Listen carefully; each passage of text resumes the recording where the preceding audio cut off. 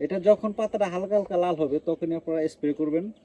আপনারা স্প্রে করতে পারেন রেডোমিল গোল্ড এবং ক্যাব্রিও টপ এবং কপার অক্সিক্লোরাইড এবং আরও ছত্রাকনাশক বাজারে পাওয়া যায়। আপনারা এই দেখতে পাচ্ছেন আদার অবস্থা দেখেন। এই দেখুন।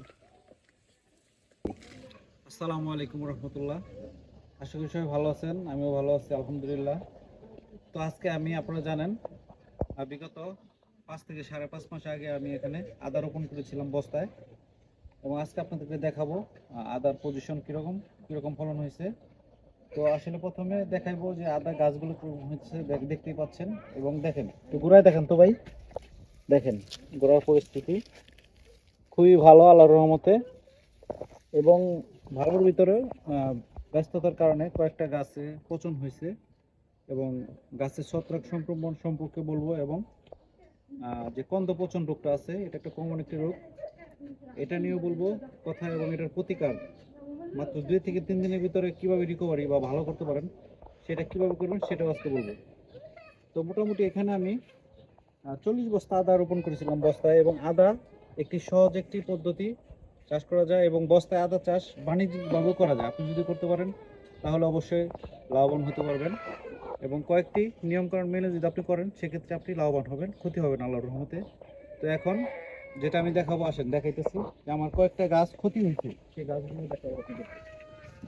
যেখানে দেখতে পাচ্ছেন অলরেডি 1টা 2টা 3টা এরকম 3-4টা, মোটামুটি 3-4টা আমার পচন হয়েছে।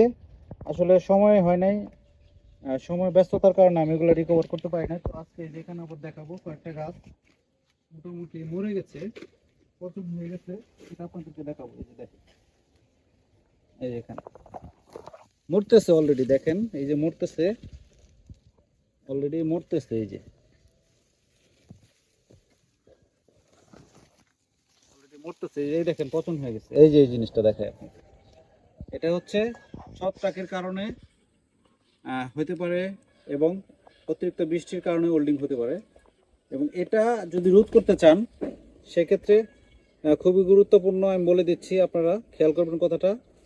আপনারা যদি পাতাটা দেখেন এরকম যদি লালচে হয়ে যায়, হ্যাঁ, তাহলে কিন্তু গাছটা মরে যাবে। এরপরে এই গোড়াটা পচে এরপরে এটা কন্দে যাবে, মানে আদায় সংক্রমণ হবে। আদায় সংক্রমণ যখন হবে তখন সেক্ষেত্রে কিন্তু আদাটা পচে যাবে। এটা পাওয়া যায়, আপনারা যদি 2 থেকে 3 বার স্প্রে করে দেন সেক্ষেত্রে কিন্তু রিকভার হয়ে যাবে ইনশাআল্লাহ।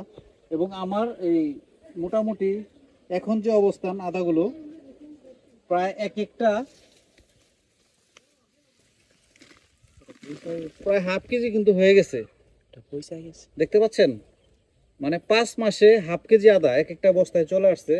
আর সামনে যদি আর 2 থেকে 3 মাস থাকে তো অবভিয়াসলি 1 কেজি বা 1 কেজির কাছাকাছি যাবে। তাহলে এটা যদি বুঝে করা যায় সেক্ষেত্রে কিন্তু লাভবান হওয়া যায় ইনশাল্লাহ। যতটুকু এই দেখতে পাচ্ছেন আদাটা আপনাদেরকে দেখাইতেছে, দেখেন। তো এখন আরেকটি বিষয় আপনাদেরকে দেখাবো, সেটা হচ্ছে, আসেন ভাই দেখেন, এই যে পেঁপে গাছ দেখেন, এটি কিন্তু একটি দেশি জাতের পেঁপে। তো আল্লাহর রহমতে আরও গাছ আছে, ফলন ভালোই হয়েছে, এবং এখান থেকে কিন্তু পেঁপে আমি অলরেডি হারভেস্ট করেছিলাম। এবং এখানে দেখতে পাচ্ছেন আরেকটি গাছ, এই দেখেন, এই গাছটি কিন্তু একটি পুরুষ গাছ, দেখতেই পাচ্ছেন পুরুষ গাছ। ঝুম করে একটু ভাই দেখেন তো, পুরুষ গাছ দেখেন, পুরুষ গাছ।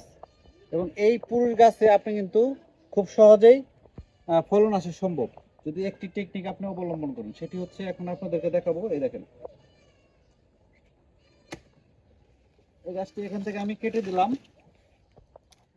এবং এখান থেকে কেটে দেওয়ার পরে দেখতে পাচ্ছেন মোটামুটি আপনি 3 ফিট বা 4 ফিট এরকম রাখা যায়, সমস্যা নেই।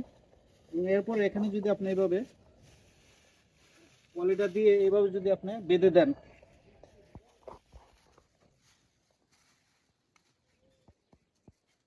এভাবে বেঁধে দিলে এবং বেঁধে দেওয়ার পরে ইনশাল্লাহ এখান থেকে 2 পাশ থেকে কুশি বের হবে, এবং কুশি বের হয়ে আল্লাহর রহমতে ফলন হবে ইনশাআল্লাহ। তো সবাই ভালো থাকবেন, সবার সুস্থ কামনা করে আজকে বিদায় নিচ্ছি। আসসালামু আলাইকুম ওয়া রাহমাতুল্লাহ।